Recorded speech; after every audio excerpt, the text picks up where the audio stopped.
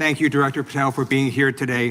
The FBI searched Jeffrey Epstein's Manhattan residence, correct? I believe that happened in 2018. I think there was 2 locations, sir. It's 2019.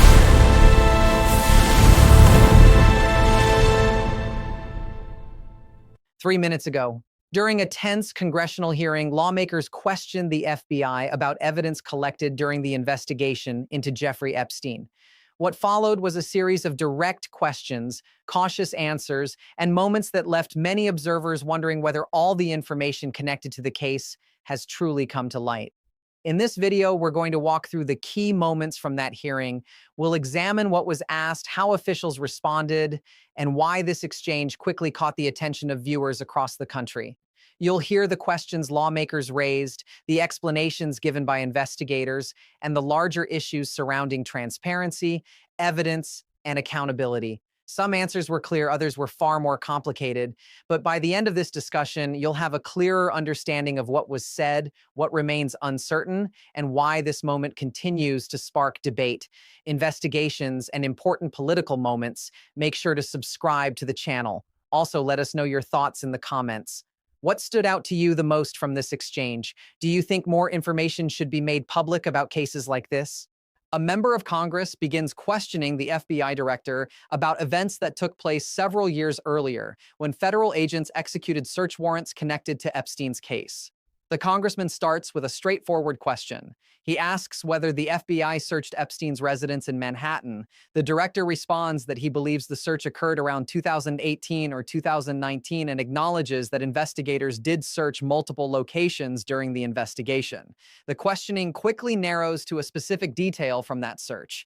According to public reporting at the time, investigators discovered a safe inside Epstein's Manhattan mansion. The congressman asks the FBI director whether he is aware of that safe being found. The director explains that he does not have the detailed catalog of evidence in front of him during the hearing, but he says he is willing to accept the congressman's description of what was reportedly discovered.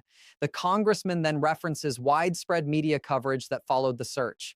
At the time, news outlets reported that investigators had discovered a large collection of photographs and materials inside Epstein's residence. He cites a specific article from a major newspaper that discussed the discovery of photographs inside the safe. According to the report, the materials were part of the evidence uncovered during the investigation that ultimately led to Epstein being indicted on federal charges. The congressman emphasizes that these reports were widely discussed in the media during that period and that they became part of the broader public conversation surrounding the case. After establishing this background, the congressman introduces another element into the discussion. He references statements made by author Michael Wolff, a journalist who conducted interviews with Jeffrey Epstein in the past. According to the congressman, Wolff described an incident in which Epstein allegedly showed him photographs kept in a safe. During the hearing, a clip of Wolff describing this interaction is played for the room. In the clip, Wolff recounts sitting with Epstein during a conversation. He says Epstein briefly left the room and returned with photographs that he had taken from a safe. Wolff describes the photographs as Polaroid-style images and explains that Epstein spread them out in front of him. Wolff then describes what he claims to have seen in those photographs. His account includes references to images that allegedly showed Donald Trump in the presence of young women at Epstein's Palm Beach property. After the video clip ends, the congressman turns back to the FBI director and begins asking broader questions. The congressman then asks another direct question. He asks whether Donald Trump's name appears on the Epstein client list. The FBI director replies that investigators have released an index of names connected to Epstein-related records and that the index speaks for itself. In other words, he declines to provide a simple yes or no answer during the hearing. The congressman expresses frustration with the response. He suggests that the lack of a clear answer could raise concerns among members of the public who are closely watching the investigation and the government's handling of Epstein-related evidence. At that moment, the chairman of the hearing steps in. He announces that the congressman's time has expired, bringing the line of questioning to an end. The hearing then moves on to the next speaker, but the exchange leaves behind many unanswered questions. For observers watching the hearing, the moment highlights the complicated nature of the Epstein investigation. Over the years, the case has involved numerous legal proceedings, massive volumes of documents, and widespread public interest. It has also become the subject of intense political debate, with lawmakers, journalists, and members of the public all attempting to understand how Epstein was able to operate for so many years. The hearing serves as a reminder that investigations of this scale often involve incomplete information, ongoing legal restrictions, and the challenge of balancing transparency with the integrity of investigative processes. As the session continues, the questions raised during this exchange remain part of a broader national conversation about accountability, evidence, and the pursuit of truth in one of the most closely watched criminal cases of the 21st century. He acknowledges that Donald Trump and Jeffrey Epstein were known to have interacted socially in the past, and that photographs of them together at public events have been widely circulated.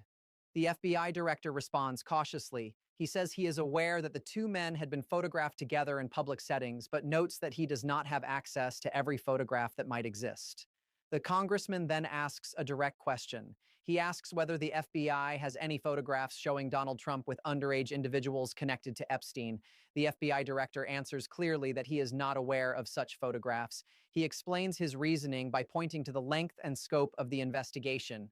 According to him, the Epstein case has been examined by multiple administrations and numerous investigators over the course of more than 2 decades. His argument is that if evidence of that nature existed within the investigative files, it likely would have surfaced during the many years of scrutiny. However, the congressman challenges this explanation. He points out that information connected to Epstein has continued to emerge over time, sometimes years after the events themselves. As an example, he mentions a birthday message reportedly written by Donald Trump to Epstein that was later revealed by media reporting. The congressman argues that this example shows how previously unknown material can still surface long after an investigation begins. The FBI director responds by acknowledging that the Epstein estate may still possess a large amount of material that has never been publicly released. According to him, investigators do not necessarily have access to every document or item that might exist outside official investigative channels. This leads the congressman to ask another question. He asks whether the FBI has attempted to speak with Michael Wolff about the claims he made regarding the photographs he says Epstein showed him. The FBI director says he personally has not requested such an interview, though he clarifies that this does not mean investigators have not spoken to Wolff in the past. He simply states that he does not have that information available during the hearing. The congressman presses further. He asks whether the FBI has subpoenaed any recordings or tapes from Wolff's interviews with Epstein. According to the congressman, Wolff reportedly conducted extensive interviews with Epstein, which could potentially include hours of recorded conversations. The FBI director again says he does not know whether such subpoenas have been issued. The congressman suggests that speaking with Wolff and obtaining those recordings could potentially provide useful information for investigators. The FBI director acknowledges the point and says he will check with the Bureau to determine whether those steps have already been taken. The conversation then shifts to another topic that has received enormous public attention: the so-called Epstein client list. For years, speculation has circulated about whether Epstein maintained records identifying powerful individuals connected to his activities. During the hearing, the congressman asks whether such a list exists.